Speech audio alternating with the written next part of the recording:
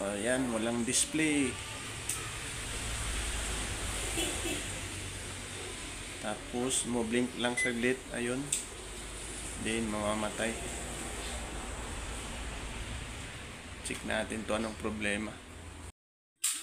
Ayan, nagbi-blink lang to. Hindi matuloy-tuloy.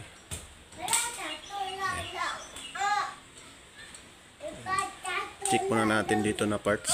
Then mamaya doon tayo sa board or doon sa motor.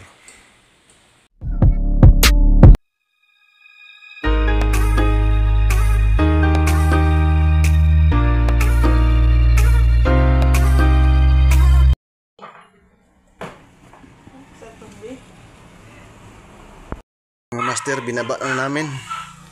Hindi kinaya doon sa sensor. So nung binuksan natin, may sunog na. Ayan, nasira to sa fluctuation current siguro, or high voltage or low voltage. Kaya hindi magtuloy-tuloy yung on kasi maraming langgam. Iksik sa langgam, may sunog tayo rito sa terminal. Ayan, mabaho. Ayan mga kamaster. Ayan, nilalanggam. Then itry natin to i-connect.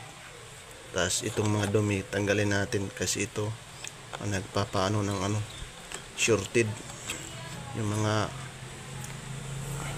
langgam. Ayan mga master, i-check natin lahat kasi pag dito may sunog tapos may sunog dito, kinunik natin dito lahat, baka masira rin to, masunog rin.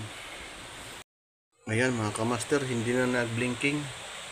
So antay natin ilang minuto kung andar ba yung unit. Ayan mga master, umandar na yung pan motor. Dinantay natin yung compressor motor. So baka magtaka yung ibang mga customer bakit daw matagal umandar. So pag mga inverter, mga ilang minuto bago umandar.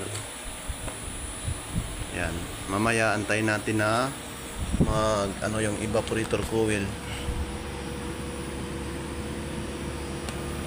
Ayan o.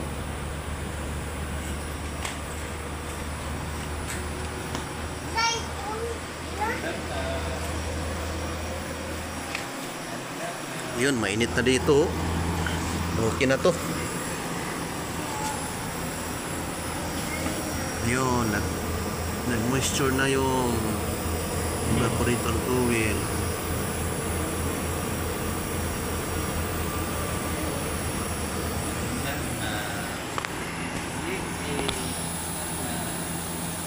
Yan mga master, ito yung ating customer, si boss.